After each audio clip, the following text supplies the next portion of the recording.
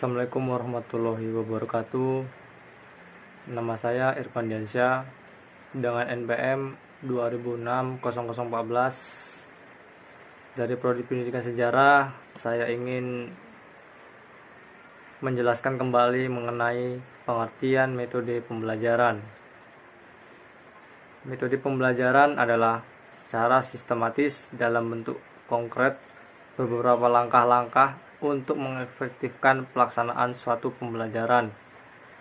Jadi, metode pembelajaran adalah cara kerja sistematis yang memudahkan pelaksanaan pembelajaran berupa implementasi spesifik langkah-langkah konkret agar terjadi proses pembelajaran yang efektif, mencapai suatu tujuan tertentu seperti perubahan positif pada peserta didik.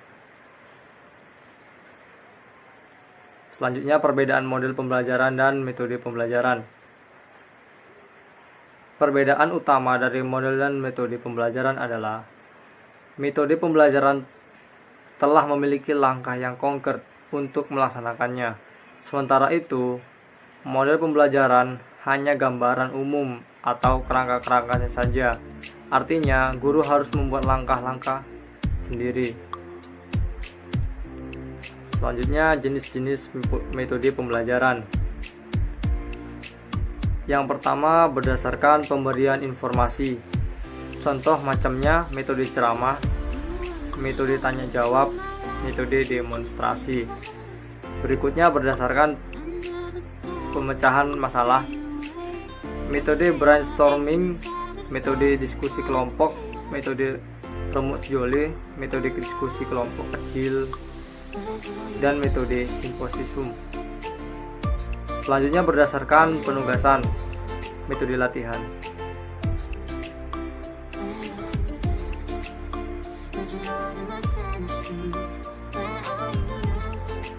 Lanjut, metode pembelajaran example non-examples.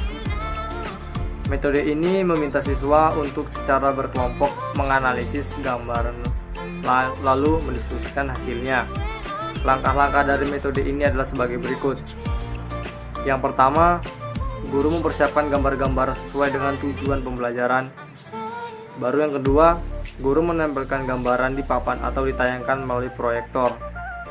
Yang ketiga, guru memberi petunjuk dan memberikan kesempatan pada siswa untuk memperhatikan atau menganalisis gambar.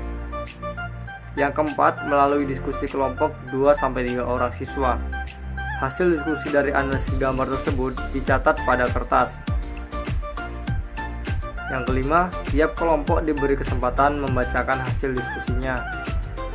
Yang keenam, mulai dari komentar hasil diskusi siswa, guru mulai menjelaskan materi sesuai tujuan yang ingin dicapai. Yang ketujuh, penutup berupa rangkuman dan kesimpulan. Selanjutnya ada metode pembelajaran picture.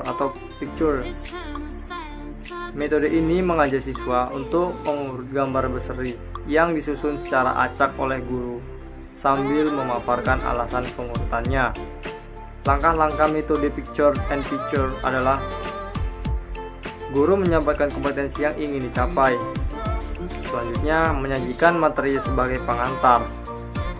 Guru juga memperlihatkan gambar-gambar yang berkaitan dengan materi dan sebetulnya saling terkait satu sama lain, namun susunannya setelah diacak. Guru menunjuk atau meminta siswa secara bergantian untuk mengurutkan gambar-gambar menjadi urutan yang logis. Guru menanyakan alasan atau dasar pemikiran urutan gambar yang ditentukan oleh siswa. Dari alasan urutan gambar tersebut, guru mulai menanamkan konsep materi sesuai dengan kompetensi yang ingin dicapai. Penutup disertai rangkuman atau kesimpulan. Baru metode selanjutnya, yaitu metode pembelajaran jigsaw atau bisa disebut dengan metode tim ahli. Jigsaw memberi kelompok yang setiap anggotanya akan dibagi kelompok kembali menjadi tim ahli dari masing-masing materi yang diberikan. Kelompok tim ahli akan secara berkelompok mempelajari materi yang ditentukan, lalu kembali ke kelompok mereka masing-masing. Setelah menjadi ahli, langkah-langkah jigsaw sebagai berikut. Siswa dikelompokkan ke dalam 4 anggota tim. Setiap anggota tim akan diminta untuk menjadi seorang ahli dalam suatu bagian materi. Semua tim ahli dan tim yang berbeda berkelompok dengan membentuk tim ahli untuk berdiskusi dan mempelajari materi yang sama. Kemudian, masing-masing tim ahli akan kembali ke kelompok mereka untuk membagikan keahliannya pada tim asal tersebut. Tiap tim ahli mempresentasikan hasil diskusi. Guru-guru memberikan evaluasi. Penutup.